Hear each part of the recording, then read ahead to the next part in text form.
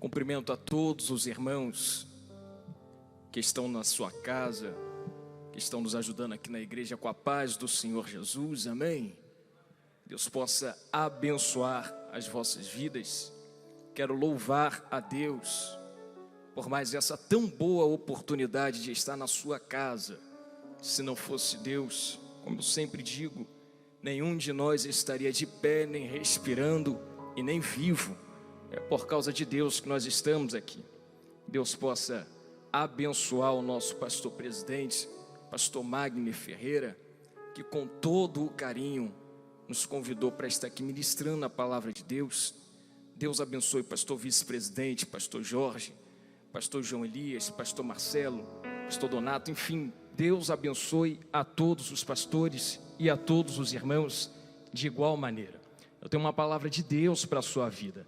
Quero convidar você a abrir a sua Bíblia no Evangelho segundo escreveu Mateus. Evangelho segundo escreveu Mateus, capítulo de número 16. O verso é o verso de número 13. É um texto conhecido dos irmãos. Evangelho de Mateus, capítulo 16, verso 13.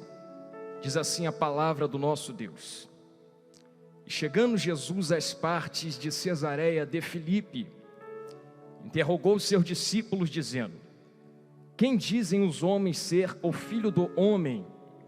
E eles disseram: uns João Batista, outros Elias, e outros Jeremias, ou apenas um dos profetas.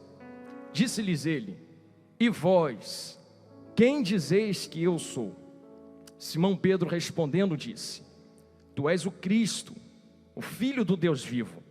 E Jesus respondendo disse-lhe: Bem-aventurado és tu, Simão Bajonas, porque não te revelou a carne e o sangue, mas o meu Pai que está nos céus. E também eu te digo que tu és Pedro, e sobre esta pedra edificarei a minha igreja, e as portas do inferno não prevalecerão contra ela. Assim diz o Senhor. Glória a Deus. Meus amados irmãos, todas as vezes que eu leio estes versos, eu sou preenchido de esperança. Verdade é que quando nós pensamos em esperança, principalmente nos tempos difíceis que estamos vivendo, nos tempos complicados em que a igreja tem passado, nós nos apegamos à esperança para continuarmos de pé com a nossa fé. Verdade é que quando falamos de esperança na Bíblia, Lamentações de Jeremias capítulo 3, vai nos direcionar a trazer à memória aquilo que traz esperança. Mas quando nós pensamos esse verso, precisamos ter a clara noção de que certas coisas na palavra de Deus são direcionadas à nação de Israel, e outras palavras são direcionadas à igreja. Então tudo aquilo que traz esperança concernente ao passado é direcionado a Israel. Tudo aquilo que traz esperança concernente ao futuro é direcionado à igreja. Jonathan traga um exemplo de esperança, traga do passado agora. No livro de Êxodo, capítulo 2, você verá que Deus convoca Moisés para dizer ao povo, a partir do 2 e entre o 2 e o 12, a convocação de Deus e preparação de Moisés, para que Moisés venha libertar o povo de Israel de dentro do Egito. E como é que Deus liberta Israel de dentro do Egito? Deus manda Moisés avisar que uma praga iria passar na terra, e que aquela praga iria matar muitas pessoas.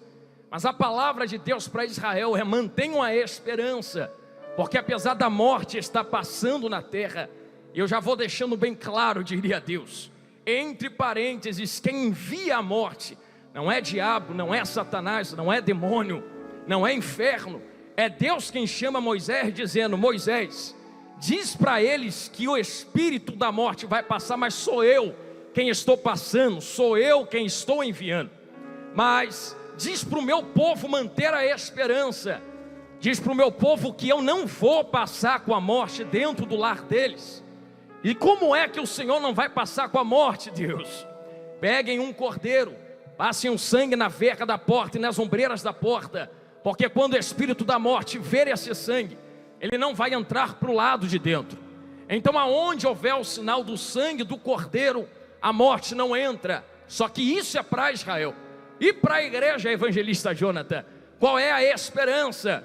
Nós podemos encontrar em Colossenses 1,5: por causa da esperança que vos está reservada nos céus, da qual já antes ouvistes pela palavra da verdade do evangelho.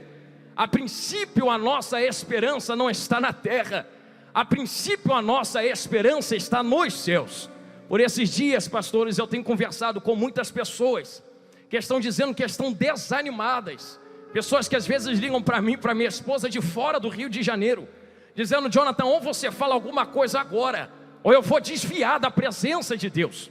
E quando nós paramos para pensar nisso, nós começamos a entender que se nós firmamos a nossa esperança no que está por vir, mas não no que está acontecendo, nós não desviaremos da presença e não perderemos a nossa fé, porque a nossa esperança não está nas coisas terrenas, coisas passageiras.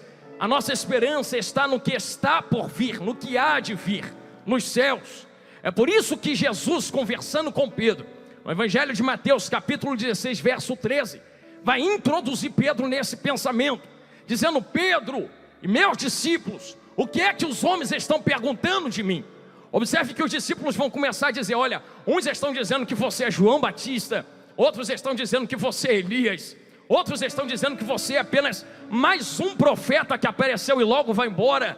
Jesus olha para os discípulos e diz: tudo bem, eles estão dizendo que eu sou como João, como Elias, como Jeremias, como um dos profetas, mas não me interessa o que o mundo está falando sobre mim, me interessa o que vocês, que são meus discípulos, pensam ao meu respeito. Eles estão dizendo que eu sou tudo isso, que eu sou João Batista, que eu sou só um profeta, eu sou só alguém que abre uma porta, dá uma chave, dá uma casa. Mas e vocês que me servem? E vocês, discípulos, que estão comigo todo dia, andam comigo, pregam a minha palavra, estão na minha presença, o que é que vocês dizem ao meu respeito? Simão, Pedro, levanta cheio da autoridade do Senhor.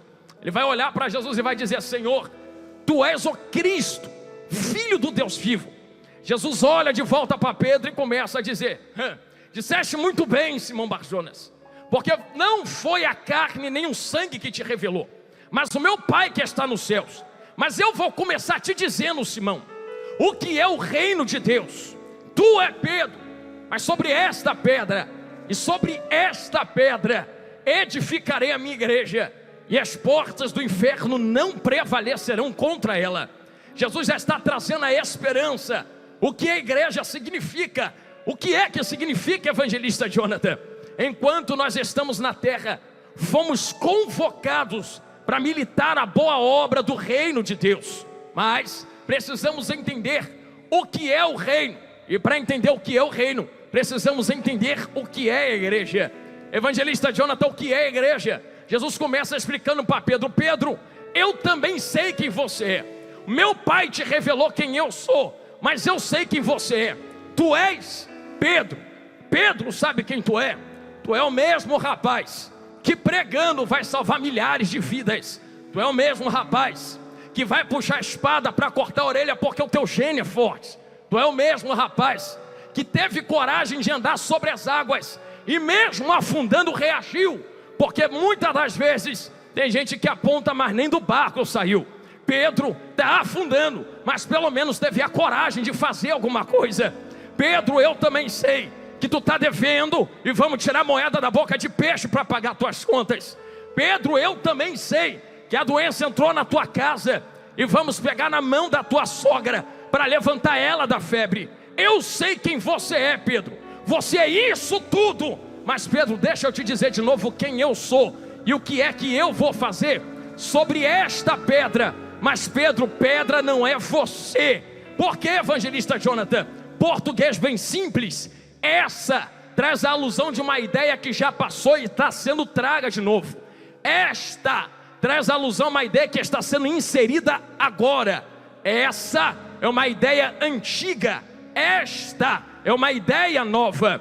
Essa é para a terceira pessoa, esta é para a primeira pessoa. Se Jesus dissesse sobre essa pedra, Jesus estava dizendo: Pedro, sobre você eu vou edificar minha igreja. Mas porque ele disse sobre esta pedra, Jesus está dizendo: Pedro, tu pode ser quem você for. Você pode ser empresário, pode ter dinheiro, pode ter porta, pode ter chave, pode ter casa, mas eu não vou firmar minha igreja em parâmetros humanos. Eu não vou firmar minha igreja em porta, em empresa, em casa, em carro, em chave. Pedro, se alguma coisa acontecer com o mundo, a empresa vai falir, a porta vai fechar, o dinheiro vai acabar. Mas como eu estou edificando a igreja sobre esta pedra que sou eu, a empresa fecha, mas a igreja está de pé. A doença chega, mas a igreja está de pé. A chave vai embora, mas a igreja está de pé. O dinheiro acaba, mas a igreja está de pé. Tudo ruim, mas a igreja está de pé. A igreja não será vencida pelo que acontece no mundo. Por que, evangelista Jonathan? É simples. Sobre esta pedra edificarei a minha igreja, e a porta do inferno não prevalecerá. Por que porta do inferno? Muito simples. Jesus sabia que estava próximo de ser crucificado, e a porta do inferno traz alusão à porta do Hades. Então Jesus estava dizendo: eu vou morrer, e Hades é o lugar para onde os mortos vão. Mas deixa eu deixar bem claro, permita-me deixar bem claro para vocês: nem para onde eu vou vai poder vencer, nem a morte vai poder vencer, nem doença vai poder vencer, nem pandemia vai derrubar a igreja. Nada que aconteça no mundo tem poder para parar a igreja. Eu vou liberar uma primeira palavra para quem está em casa quiser receber, e para quem está no templo quiser receber. Aconteça o que aconteça, a igreja do Senhor não será vencida. Pode faltar dinheiro, pode faltar casa, pode até faltar saúde, mas estamos debaixo de uma promessa, e a promessa é: as portas do inferno não prevalecerão contra a igreja do Senhor. Oh glória, aleluia, eu estou sentindo a presença dele aqui. Evangelista Jonathan, aprofunda nisso. Agora, quando Jesus olha para os discípulos e traz essa alusão: a minha igreja será construída, ele usa uma palavra no grego chamada eclésia, e essa palavra no grego, traduzido para o português, literalmente é isso: chamados para fora. Então Jesus estava olhando para os discípulos e dizendo: olha, eu vou construir algo, e esse algo será feito por pessoas, e essas pessoas serão chamadas para fora. Para fora de onde, evangelista Jonathan? Se a eclésia é convocado de fora para fora, tem que tirar de dentro para fora. Então está dentro da onde? Para poder ser arrancado para o lado de fora. Quando nós pensamos no reino de Jesus, Jesus sempre deixou bem claro: o meu reino não é desse mundo, o meu reino é do alto. No Evangelho de João, capítulo 8, verso 36, nós vamos ver que o próprio Cristo diz: o meu reino não é desse mundo. Se não é desse mundo, é de onde? Evangelho de João, capítulo 16, verso 28, eu vinha do Pai, e entrei no mundo, e agora deixo o mundo e volto para o meu Pai. O que Jesus está dizendo? No pensamento dos judeus, dos gregos, dos romanos, de quem está na terra, o Pai, que simboliza a Deus, não está no baixo, o Pai está no alto. Então Jesus está dizendo: eu vim do Pai porque eu vim do alto, porque o meu reino é do alto. Agora eu estou no reino que está abaixo do que está no alto. Logo voltarei para lá, mas antes de eu voltar, eu vou preparar discípulos para ficar nesse reino, sabendo que vocês estão aqui, mas não são mais daqui. Vocês estão militando aqui, mas agora pertencem ao reino do alto. Vocês vão pregar aqui, mas não são mais da terra. Por que é que Jesus deixa aqui? Simples, porque o desejo do Pai é trazer quem é do reino de baixo para o reino do alto. E como é que Jesus faz isso? Nem sempre ele iria ficar aqui, pastor Marcelo. Jesus permaneceu algum tempo de ministério na terra, e depois ele foi ao céu, enviou o Espírito Consolador, mas preparou discípulos para estar na terra, militando, pregando a palavra, padecendo o que padecesse, militando a boa obra. O próprio Evangelho de João no capítulo de número 5, vai nos dizer certas coisas a respeito do tanque de Betesda. Ele entende que o reino dele não é dessa terra. É por isso que quem está no tanque de Betesda está esperando o anjo descer. O anjo que desce traz o entendimento de que, agitando as águas, quem entra primeiro é curado, quem entra primeiro recebe vitória, quem entra primeiro, paralítico sai andando, cego sai enxergando. Mas olha o entendimento: quando Jesus chega no tanque, todo o povo continua parado. E por que continua parado? Porque estão esperando o reino dessa terra. Mas espera aí, evangelista Jonathan, o anjo que desce não é do céu? Sim, mas estão tão focados no que o anjo do céu traz, que não percebem quem já está passeando entre eles. É maior do que anjo, é maior do que cura, é maior do que chave, é maior do que doença, é maior do que pandemia. Aconteça o que acontecer na terra, existe um que já está passeando no meio da igreja, que é maior do que anjo que desce, que é maior do que água de tanque que é agitada. Aí eu entendi que quando eu espero Jesus, e não anjo que Jesus envia, e não anjo que Deus envia, eu sei quem é que não tem. Eu também preciso de milagre, eu também preciso de resposta, eu também preciso de providência. Mas quem espera Jesus, mesmo na ausência do anjo que desce com a chave, com a cura, com a porta, com o milagre, tem a presença de Jesus passeando. O anjo não desceu, mas Jesus olha para o coxo e diz: levanta, toma o teu leito e anda, porque anjo desce de vez em quando. Então é de vez em quando que tem milagre, que tem porta, que tem chave, que tem bênção. Mas eu li uma coisa na Bíblia que está guardada no meu coração, e eu quero compartilhar com você. Aonde houver 2 ou 3 reunidos, ali eu estarei presente. Eu não sei quem está aqui, eu já vi mais de 2 ou 3 reunidos aqui na sede. Sei que tem mais de 2 ou 3 reunidos aí na tua casa. Pregador, o que é que você está falando?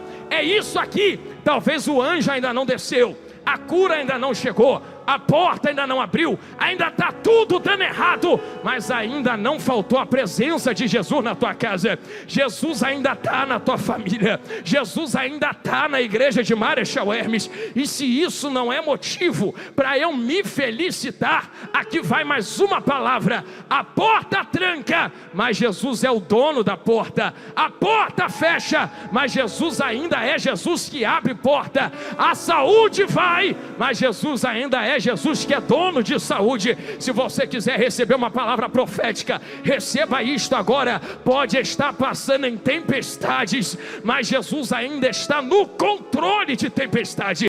Pode estar passando em deserto, mas Jesus ainda está no controle do deserto. Por que, evangelista Jonathan? Porque Ele ainda está com você, e a presença dEle não se ausenta, independente do ambiente que estejamos passando, pastor João. Independente do ambiente que estejamos vivendo, pastor. É por isso que quando eu olho para a tempestade, eu percebo que a primeira, Raquel, a primeira, Jesus está dormindo no barco e a tempestade se levanta. Ele levanta e repreende. Só se repreende algo que está fazendo uma coisa que não é para fazer. Se eu tivesse um filho ou uma filha, vou ter ainda, e ele tivesse em desobediência comigo, eu me levantaria e repreenderia ele, porque ele está fazendo algo que não é para fazer. Se Jesus repreende a tempestade, Jesus está mostrando: a tempestade se levanta, mas eu ainda mando na tempestade, a ponto de repreendê-la. Eu tenho autoridade sobre a tempestade. Só que existe uma segunda tempestade. E qual é a segunda tempestade, evangelista? Na segunda, Jesus coloca os discípulos dentro do barco, envia eles para o meio do mar, fica na praia. Os discípulos se encontram sozinhos no meio do mar. A tempestade chega. Imagine os irmãos agora, a cabeça de quem está no barco, porque na primeira Jesus estava presente. Cadê Jesus agora para acalmar o vento? Na primeira Jesus estava no barco. Cadê Jesus agora para acalmar a tempestade? Vem Jesus andando sobre as águas. Pedro olha, caminha sobre as águas. Jesus traz de volta. Sabe qual é a palavra dos discípulos? eles vão olhar para Jesus e adorando algo que faltou na primeira tempestade, porque na primeira, eles olhando para Jesus disseram: quem é esse que até vento e mar lhe obedecem? Então nós estamos falando de pessoas que estão com Jesus, vai doer, mas vai curar. Estão com Jesus no barco, Jesus está no barco, a presença de Jesus está no barco, mas se levantar uma tempestade, eu não conheço Jesus. Quem é esse Jesus que até vento e mar lhe obedecem? Imagina Jesus olhando para discípulo que com tempestade não o conhece. Imagine Jesus dizendo: eu vou me apresentar a vocês. Vocês querem saber quem eu sou? Vou preparar uma segunda tempestade, vou inserir vocês na tempestade de novo, e dentro da tempestade eu vou me apresentar a vocês, e vocês vão passar a conhecer quem eu sou, para vocês entenderem que tempestade não muda quem eu sou. Eu vou repetir isso aqui porque isso aqui é muito forte. Tempestade não muda quem Jesus é. Tempestade é terrível, tempestade pode matar, tempestade pode afundar o barco, mas Jesus ainda continua sendo o mesmo que acalma vento, que acalma tempestade. E para discípulos entender, Jesus insere discípulo de novo dentro de tempestade, os coloca dentro do vento, dentro de tempestade, e dentro do vento, dentro da tempestade, vai doer, mas vai curar. Ele se apresenta aos discípulos. Estão percebendo quem eu sou agora? Eu sou aquele que ando sobre as águas. Porque se é a água que está tentando matar vocês, porque é um pensamento simples, pastor. Vento por vento só sopra e leva o barco. Vento não afunda barco. O que afunda é a água que está fora e entra para dentro. Agora, quando eu olho o texto, eu vejo Jesus andando sobre as águas. Então era Jesus apresentando aos discípulos: a água pode estar querendo te matar, mas eu, Jesus Cristo, ainda sou maior do que a água. É isso aqui que está tentando te matar, é isso aqui que está tentando entrar no teu barco, é isso aqui que está tentando acabar com você. Olha por onde eu vou vir andando agora. E vem Jesus andando sobre as águas, e vem Jesus andando sobre as águas, e vem Jesus andando sobre as águas, para discípulo entender que água pode querer matar, mas Jesus ainda é maior do que água. Eu vou aplicar isso aqui porque eu sei que tem gente que está entendendo. Pandemia pode querer matar, mas Jesus ainda é maior do que pandemia. Coronavírus pode querer matar, Covid pode querer matar, crise pode querer matar, só que Jesus vem andando sobre as águas para mostrar que a crise pode querer matar, mas Ele é maior do que a crise. Mas evangelista, e se matar? E se me matar?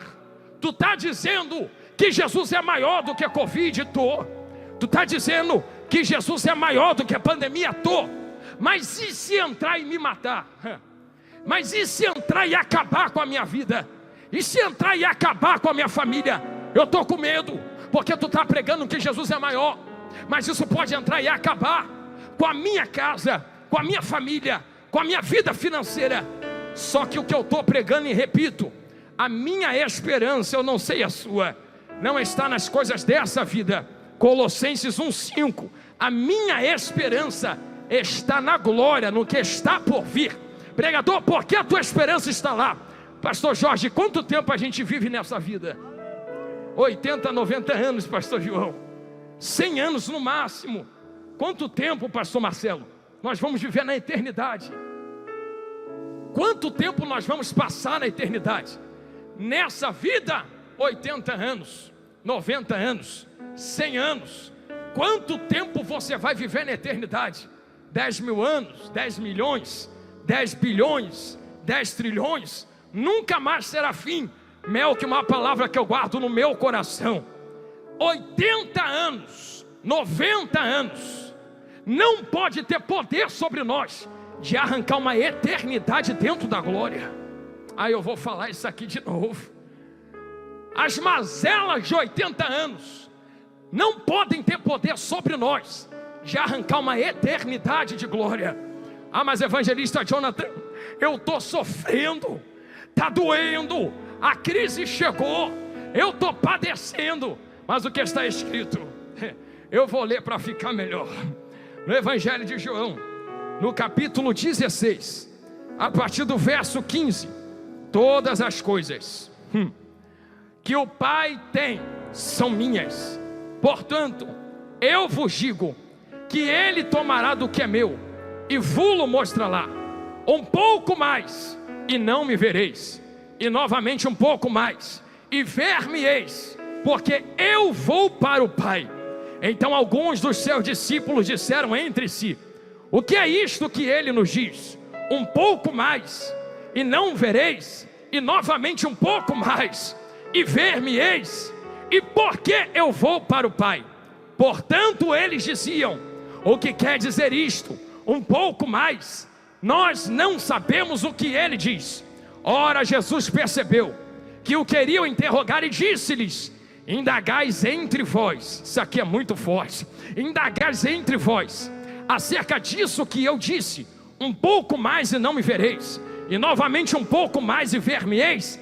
Na verdade eu vos digo que chorareis e vos lamentareis, mas o mundo se alegrará. E vós estareis tristes, mas a vossa tristeza se converterá em alegria. Eu vou falar isso aqui de novo. Mas a vossa tristeza se converterá em alegria. A mulher que está para dar à luz sente tristeza, porque é chegada a sua hora.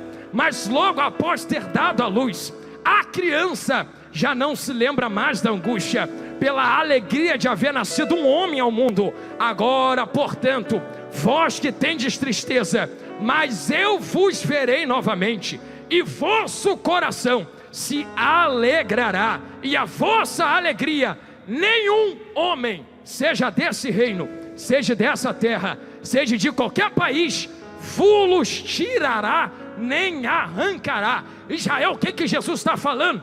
Vocês me veem agora e não me verei mais, porque portanto não me verei mais, porque estão na terra, militando com o Espírito Santo. Mas fiquem tranquilos, se alguém ainda se alegra com a mensagem da volta de Cristo, é que a trombeta está próxima de tocar. Daqui a pouco está todo mundo na glória, entrando nas mansões celestiais e adorando a Deus para todos sempre. Pregador, e se a trombeta não tocar e eu falecer antes disso? Te encontro lá no céu e a gente continua esse culto lá na glória. Para eu terminar, porque eu dei essa volta para chegar aqui, eu tinha um vovô, ele tinha quase 70 anos, 80 de idade. Ele saía daqui de dentro de Belfor Roxo, ele ia lá para Magé para dirigir igreja. Pensa na igrejinha dentro do mato, mas pensa na igrejinha cheia do poder de Deus. E ele não faltava um culto. Meu vovô faleceu, e ele faleceu pregando a palavra de Deus até o fim. E se tem uma coisa que eu aprendi com o vovô, foi isso, Jonathan: não deixa nada da terra arrancar o céu de você. Agora ele já dorme no Senhor. Eu sinto saudade de vovô, pastor Jorge. Eu queria abraçar meu avô. Eu chorei quando ele faleceu. Mas sabe o que conforta o meu coração? É que ele está na glória me esperando. Porque a minha esperança, pastor João, não está nessa terra. A minha esperança está na glória. Eu sei que lá na glória eu vou ver vovô que partiu com o Senhor. Lá na glória nós vamos ver nossos irmãos que faleceram por causa disso. Eles estão mais felizes do que nunca, pastor João. Eles estão mais felizes como nunca antes na vida. E se você quiser se alegrar com isso, nesse momento eles conhecem mais a Deus como ninguém conhece nessa terra. Imagine eles nesse momento vendo Jesus face a face como Ele é, vendo a glória de Deus manifesta no céu. Por que, evangelista Jonathan, você está dizendo isso? Para trazer esperança de quem nós somos. Se nós somos a igreja do Senhor, estamos militando nessa terra. E está aqui pastor Marcelo, que não me deixa mentir. Existem lugares no planeta, e eu tenho acompanhado o pastor Marcelo, e meu coração geme, chora e ora. Pessoas que estão sendo assassinadas por não negar o nome de Jesus, em países em que a perseguição está terrível. Cristãos que são mortos dentro da igreja no ato, pessoas que são mortas dentro da própria casa. Eles entram, matam e fica por isso mesmo. Sabe o que é que me dói, pastor Jorge? Que eu recebi uma ligação de um rapaz outro dia. Ele disse: eu vou desviar porque estão falando mal de mim na igreja. Tem gente que está perdendo o pescoço essa hora, dizendo: me mata, mas eu não nego Jesus. Me mata, mas eu não nego o Senhor. Corta o meu pescoço, deixa o meu sangue ruir aqui, mas eu sei que eu deito aqui e acordo na glória. Agora de gente dizendo: estão falando mal de mim, eu vou parar. Eu estou com medo do que está acontecendo e não tenho mais força. Só que o que Jesus liberou para nós, eu estou fechando a minha Bíblia, não foi espírito de covardia. Eu sei que nesse momento a tristeza bate. Eu sei que o que estamos vivendo combate contra a esperança. Mas se você quiser receber essa palavra, receba. Evangelho de Lucas capítulo 1 vai nos dizer que Jesus chama os seus discípulos. E se eu perguntar, todos levantariam as mãos? Tem discípulo aqui e tem discípulo em casa nos acompanhando. Jesus não libera espírito de covardia. Jesus não libera espírito de medo. Jesus não libera para nós espírito de olhar para o que está dando errado e se acovardar. Jesus olha para vocês que podem estar sentindo medo no coração, vocês que estão sofrendo a pressão do que está acontecendo, vocês que estão com as portas trancadas. Ele olha para vocês sofrendo isso, e a nossa esperança é: agora Jesus vai fazer alguma coisa por nós. Ele apontou o dedo para os discípulos e diz: eu vos dou poder e autoridade. Para que Jesus dá poder e autoridade se minha porta está trancada? Alguém vai dizer: eu não preciso de poder e autoridade, eu preciso é de porta aberta. Mas quem entende o que Jesus deu, porta aberta é só um detalhe. Para quem entende o que Jesus liberou, doença é só um detalhe. Por quê, pregador? Porque pode faltar pão da terra, mas pão do céu nunca deixou faltar poder e autoridade para a igreja. Oh glória, aleluia, oh glória, oh glória, oh alabadacanto elementria. Nós que somos igreja precisamos entender quem nós somos. Eu sei que o momento é difícil, meus irmãos, mas você precisa entender que mesmo na dificuldade, tu está até a tampa do vaso cheio de poder e autoridade. Jonathan, para que poder e autoridade? Poder para curar e expulsar demônios, autoridade para pregar a palavra. Mas pregar a palavra, pregador, pregar a palavra não é só subir no altar com o microfone. Aqui ó, se prega a palavra com a própria vida, com a porta trancada dando glória para Deus, com tudo dando errado e sendo fiel na oração, com tudo amarrado, pregando a palavra para quem olha e diz: tudo amarrado, e ela ainda não abriu mão desse Jesus aí. A nossa esperança não está na terra. Você quer esperança para suportar o que está acontecendo? Eu sei que existe uma promessa dentro da Bíblia: vós comereis o melhor dessa terra. Eu sei disso. Mas sabe qual é a esperança da igreja? Imagine vocês agora, traga a sua mente comigo agora para o momento do toque da trombeta. Ou melhor ainda, se alguém perecer e tombar antes, não se preocupe, porque todo mundo se encontra na glória, e a gente continua esse culto nas mansões celestiais. Imagine você entrando no céu agora, com todos os irmãos que perderam a vida por amor ao Evangelho, com todos que tombaram para você estar escutando essa palavra aqui hoje, com todos que não negaram o nosso Senhor Jesus, com todos os irmãos que pereceram pela mazela da vida, com toda a igreja que suportou perseguição. Traga agora a sua mente o que está por vir, porque segundo Colossenses, é isso que nos traz esperança. Imagine agora, pastor, todos nós que estamos aqui na nave da igreja, todos vocês que estão na sua casa acompanhando essa mensagem, entrando nas mansões celestiais nesse momento. A trombeta tocou e a gente se encontrou lá. Imagine você olhando para o lado e encontrando os irmãos que partiram com o Senhor. Você olha para o outro e vê quem partiu no meio da sua parentela e está lá contigo entrando. Você olha mais à frente e vê Moisés, olha para o lado e vê Paulo, olha para o outro, vê João Batista, vê Elias. Eu vou fazer o que, pastor? Sabe o que? Eu vou chegar para Moisés e eu vou perguntar: rapaz, como é que foi aquele negócio de abrir o mar vermelho.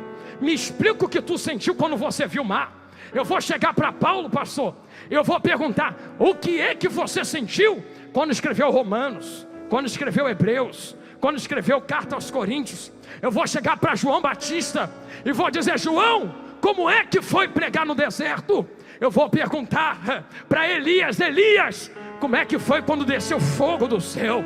Eu vou chegar para Adão, vou perguntar: Adão, como é que era Deus descer na viração do dia para conversar contigo? Eu vou entrar mais ainda dentro do céu com os irmãos. Mais à frente uma mesa preparada. Só quem está com lágrima no olho e quem está sentindo que eu estou pregando aqui agora, e que não é de mim, mas do Espírito. Imagine a mesa preparada. Porque para quem não sabe, haverá o maior casamento da história lá na glória. E o casamento vai ser nosso com o Senhor Jesus. Nós que somos noiva do Cordeiro iremos casar com Ele, e quem vai fazer o casamento é o próprio Deus. Imagine o casamento, que glória! É o maior casamento da história. E a noiva são vocês, que suportaram tudo aqui nessa vida. E para quem está passando as mazelas da vida, eu casei com a minha esposa, está aqui ela na minha esquerda. Eu me lembro quando eu fui noivo dela, e quando ela foi minha noiva, o noivado foi tão difícil, porque nós olhávamos, não tinha dinheiro, não tinha casa, não tinha móvel, às vezes faltava comida, era comendo arroz com ovo para juntar para comprar tijolo. Porque noivado, pastor Jorge, sempre é difícil, mas Jesus nunca disse que o noivado com ele seria fácil. Jonathan, o que é que você está falando? Sabe por que é tão difícil servir a Jesus? Porque estamos num noivado, e nenhum noivado é fácil. Vocês que são casados sabem a dificuldade que foi para vocês casarem. Mas a palavra de Deus é: se preocupa não, o casamento é logo ali. Deixa eu dizer uma verdade aqui. Pensa daqui a 100 anos. Daqui a 100 anos você vai estar onde? Você já parou para pensar nisso? Nós calculamos onde vamos estar daqui a 1 hora. Nós pensamos aonde vamos estar amanhã. Pensamos o que vamos fazer semana que vem. Já pensou onde você vai estar daqui a 100 anos? Daqui a 100 anos, ninguém que está aqui na igreja está mais vivo. Quem está em casa acompanhando, já está todo mundo, vai ter morrido todo mundo, pastores. Daqui a 100 anos, quem serve a Cristo já está tudo na glória. Imagine você sentando naquela mesa. E para quem não sabe, lá no céu vai ter comida para quem gosta de comer. Pregador, me prova na Bíblia. Jesus volta com o corpo glorificado e diz: tem coisa aí para eu comer? Me dá peixe, me dá alguma coisa aí para eu comer. Porque corpo glorificado come. O nosso corpo glorificado vai se transportar de um lugar para o outro em um só momento. Porque a Bíblia diz que os discípulos estavam reunidos e de repente, sem avisar, Jesus aparece no meio deles: paz seja convosco. Porque corpo glorificado nos permite nos transportar, ir de um lugar para o outro. Imagine, você está aqui com a força do pensamento. Pensa, já está em Paris. Pensa, já está no Japão. Pensa, já voltou para o Rio. Corpo glorificado é o corpo que teremos, é igual ao de Jesus. Imagine você entrando no céu, sentando na mesa, olhando para o Cordeiro e dizendo: Senhor, foi você que sofreu na cruz do Calvário para pagar o preço dos meus pecados. Imagine você entrando na tua casa lá no céu, você adentrando a sua mansão. Imagine você andando naquelas ruas, e a Bíblia diz: mas não chega perto, porque é maravilha, não há como descrever em palavras. A Bíblia dá uma intenção do que vai ser, mas não chega nem perto do que vai ser o céu. Porque aquilo que o olho não viu e o ouvido não ouviu é o que Deus tem preparado para aqueles que o amam. Então você imagina a melhor coisa da sua vida, não chega nem perto do que é o céu que está nos esperando. Imagine você entrando no céu e a glória de Deus sendo manifesta como ela é. Não vai ter mais sombra, não vai ter mais mão de Deus tapando Moisés. Nós veremos Deus como Ele é, nós veremos Jesus como Ele é. Imagine a glória de Deus enchendo todo o céu, e nós oferecendo um culto a Deus, face a face, vendo o sol brilhar, e dizendo: Deus, valeu a pena sofrer tudo que eu sofri na terra, para ver essa maravilha que eu estou vendo aqui no céu. Meus irmãos que estão ouvindo essa palavra, você que está em casa acompanhando, que te traga esperança essa noite. Não o que há nessa terra, porque o que é que a terra tem a nos oferecer, senão coisas passageiras. Mas a Bíblia nos ensina: vocês vão comer o melhor da terra, a porta vai abrir de novo, a pandemia vai passar, e isso aqui já é ato profético. Eu estou profetizando, vai dar certo, Jesus está conosco.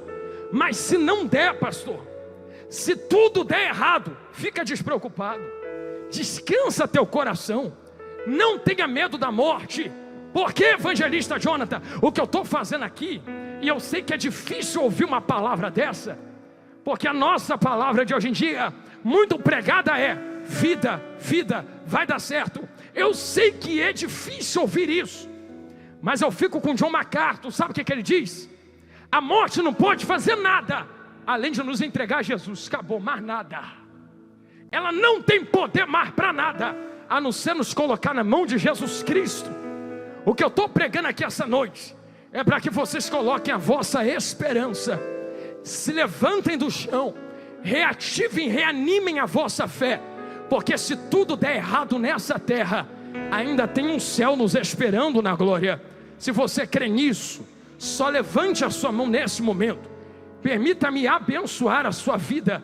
Já estou devolvendo o microfone a quem é de direito, e a palavra profética é essa noite: vai doer, mas vai curar. A porta vai abrir? Vai. Vai tudo dar certo? Vai. A doença vai passar? Vai. O dinheiro vai voltar? Vai. Mas se isso não acontecer, que é uma profecia válida e bíblica, não se preocupa, carrega a vossa cruz, nega o seu eu, vem com Jesus até o Calvário. Tem um céu nos esperando daqui a 100 anos. Todos nós vamos nos encontrar na glória. Não se preocupa com o que está acontecendo no mundo. Descansa o vosso coração em Jesus Cristo de Nazaré, porque muito melhor o que está por vir do que está acontecendo nesse momento. Meus irmãos, fica com essa palavra. Descansa o teu coração em Deus. Que Deus possa abençoar a sua vida, a sua casa, a sua família, em nome de Jesus. Pastores, muito obrigado pela oportunidade. Amém.